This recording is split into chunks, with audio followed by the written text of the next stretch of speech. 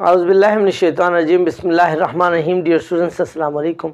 हमारा आज का टॉपिक है passive voice of future perfect tense. आपका फ्यूचर परफेक्ट टेंस है जिसको आपने पैसिव वॉइस में आज सीखना है कि किस तरह से तब्दील करना है एक्टिव से पैसिव वॉइस में।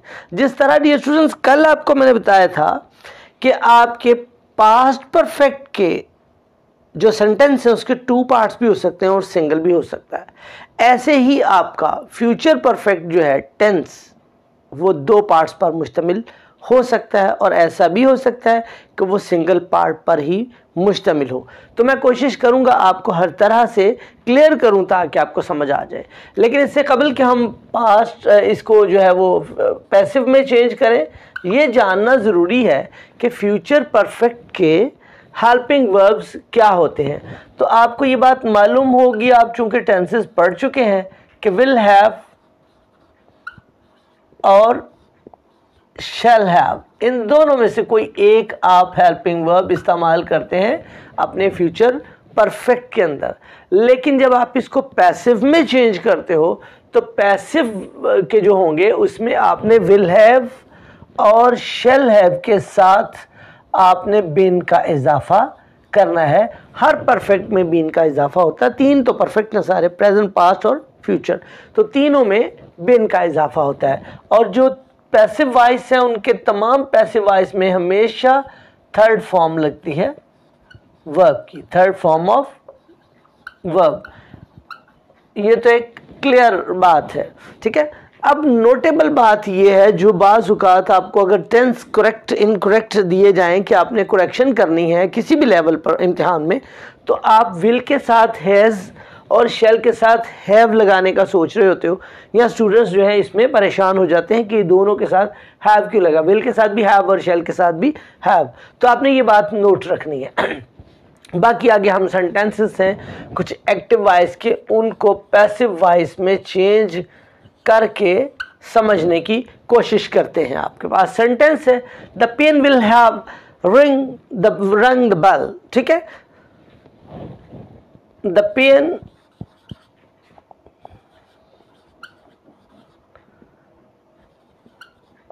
will have rung the bell, 84 घंटी बजा चुका होगा। पेन बेल बजा चुका होगा, हो सकता है the pen will have locked the door, pen दरवाजा लॉक कर चुका होगा। कोई भी हो, आपने मेन चीज जो है उसको समझना है। अब या द पेन जो है ये आपका सब्जेक्ट है और रिंग जो है जिसकी थर्ड फॉर्म रंग है ये आपका वर्ब है। और क्या है जी, ऑब्जेक्ट आपका बेल है, बेल आपकी ऑब्जेक्ट है। The pen will have rung the bell. अब आपने ऑब्जेक्ट को सब्जेक्ट की प्लेस पे लिखना है, द बेल पैसिव बनाते हुए द बेल। उसके बाद आपने विल हैव या शेल हैव में से चूज करना है। तो शेल हैव तो ओनली आईवी जब सब्जेक्ट हो तो उसके साथ लगता है, जबकि ये थर्ड पर्सन में आती है तो आपने बेल के साथ will have, the bell will have. और सिर्फ बिन का इजाफा करना है, बिन, और फॉर्म वही थर्ड लगा देनी rung. The bell will have been rung. कौन बजाएगा? सब्जेक्ट आपका जो अब ऑब्जेक्ट बन जाएगा, by the pen, by the pen. Now you have changed it into passive. ये अब आपका पैसिव बन गया डियर स्टूडेंट्स। अब हम एक और सेंटेंस लेते हैं, आपका एक्टिव वॉइस है जिसको आप पैसिव में चेंज करेंगे। She will have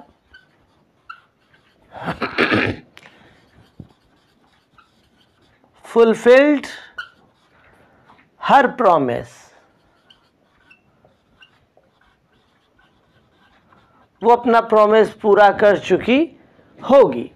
she will have fulfilled her promise वो अपना प्रॉमिस पूरा, अपना वादा पूरा कर चुकी होगी।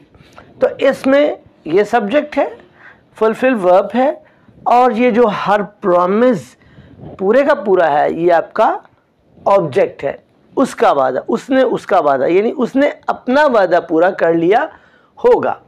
अब आपने ऑब्जेक्ट को सब्जेक्ट की प्लेस पर मामूल के मुताबिक लिखना है, जिस तरह आपको बतलाया गया है। हर promise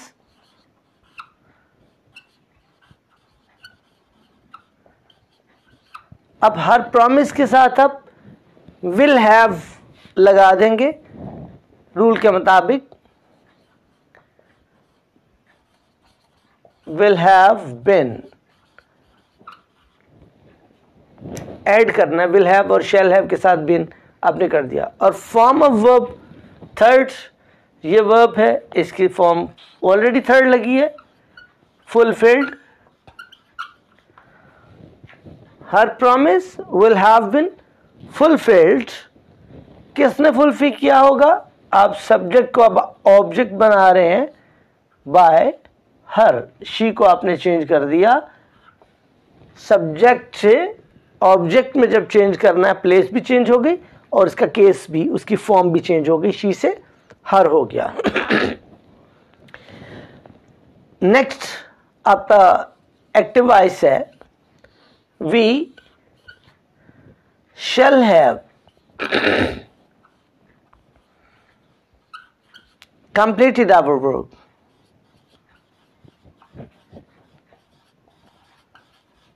Completed our work.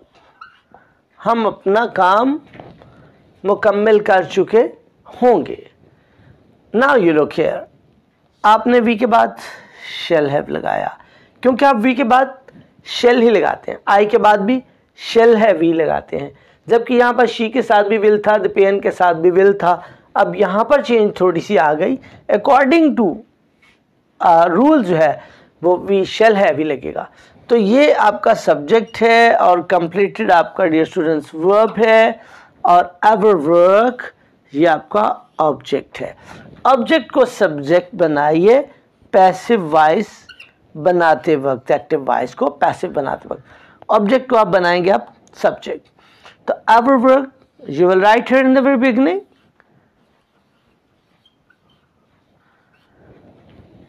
because now the new one of the subject is our work. अब जो आपका सब्जेक्ट बना है वो our work है, तो आपने इसके अकॉर्डिंग यहाँ से सब हेल्पिंग वर्ब चूज करना है। पहले ये वाला हेल्पिंग वर्ब इसके अकॉर्डिंगली था, अब ये सब्जेक्ट जो ऑब्जेक्ट बना है वो थर्ड पर्सन सिंगुलर है, तो आपने विल हैव लगाना है। आई और वी के साथ जस्ट शैल हैव लगता है, बाकी के साथ will have. Our work will have been, जैसे पहले हम ऐड करते रहे, will have been. And now what comes later? Third form of verb, been के बाद third form of verb, verb ये है, एज इट इज लगा देंगे। Our work will have been completed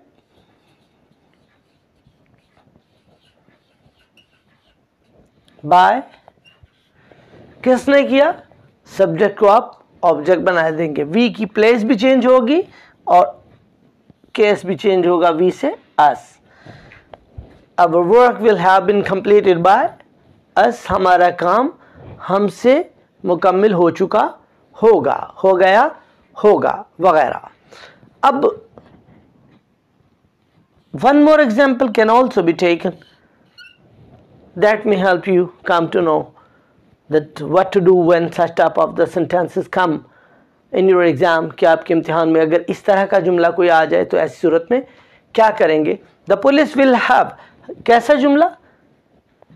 That comprises on two parts, जो दो हिस्सों पर मुश्तमिल हो। मैंने आपसे कहा था in the very beginning of the lecture कि सेंटेंस दो पार्ट्स पर भी हो सकता है, तो दो पार्ट्स वाला सेंटेंस क्या होगा? The police will have, the police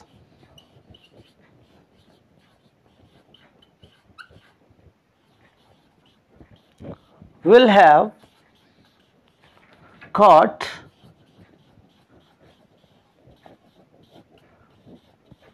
the thief। एक जुमला हो गया ये, the police will have caught the thief. ये आपके फ्यूचर परफेक्ट का पार्ट ओनली है। जबकि आपका फ्यूचर परफेक्ट जो होता है, दो जब पार्ट्स पर मुश्तमिल हो तो एक पार्ट उसका फ्यूचर परफेक्ट का होता है तो दूसरा पार्ट उसका प्रेजेंट इंडेफिनेट का होता है। डियर स्टूडेंट्स, आपको याद होगा जब आपने टेंसेस किए होंगे। तो ये पार्ट देखिए, the police will have caught the thief, ये तो हो गया फ्यूचर परफेक्ट का। तो दूसरा हिस्सा क्या होगा, before he runs, before he runs. ये वाला जो हिस्सा आपका प्रेजेंट इंडेफिनिट है। चूंकि फ्यूचर परफेक्ट दो पार्ट्स पर जब मुश्तमिल हो तो एक हिस्सा उसका फ्यूचर परफेक्ट का होता है तो सेकंड पार्ट उसका प्रेजेंट इंडेफिनिट का होता है। ये प्रेजेंट इंडेफिनिट है और ये फ्यूचर परफेक्ट है। जो चेंज आपने पैसिव में करना है तो सिर्फ फ्यूचर परफेक्ट का हिस्सा ही चेंज होगा, दूसरा एज इट इज ही रह जाएगा।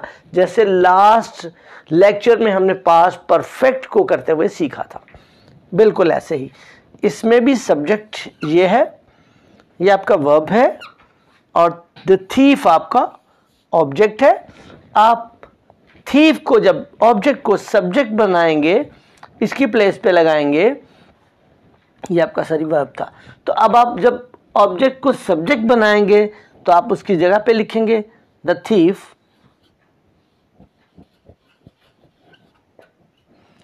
will have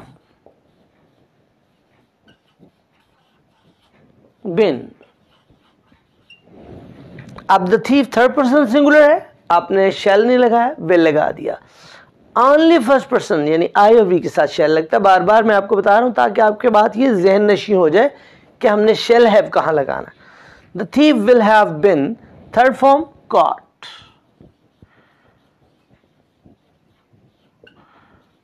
कॉट बाय, किसने पकड़ा होगा, सब्जेक्ट आपका पुलिस है, बाय द पुलिस।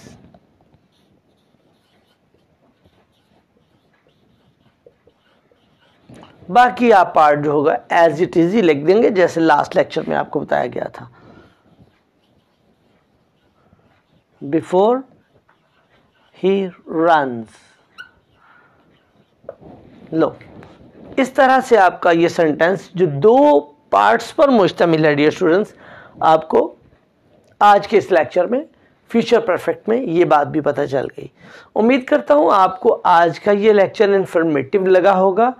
अगर आप फर्स्ट टाइम हमारे लेक्चर को ज्वाइन कर रहे हैं और फर्स्ट टाइम आप वॉच कर रहे हैं, आपको अच्छा लगा है, आपको कुछ सीखने को नया मिला है, तो आप बराए मेहरबानी हमारे लेक्चर को, हमारे चैनल को लाइक कर दें, शेयर और साथ में सब्सक्राइब भी कर दें और इसके साथ साथ बेल आइकन को भी प्रेस कर दें ताकि आने वाला हर इन्फॉर्मेटिव और नया लेक्चर आप तक मिलता रहे, उसका नोटिफिकेशन आपको मिलता रहे। मिलते हैं इंशाल्लाह अगले लेक्चर में, तब तक के लिए इजाज़त, अल्लाह हाफिज़।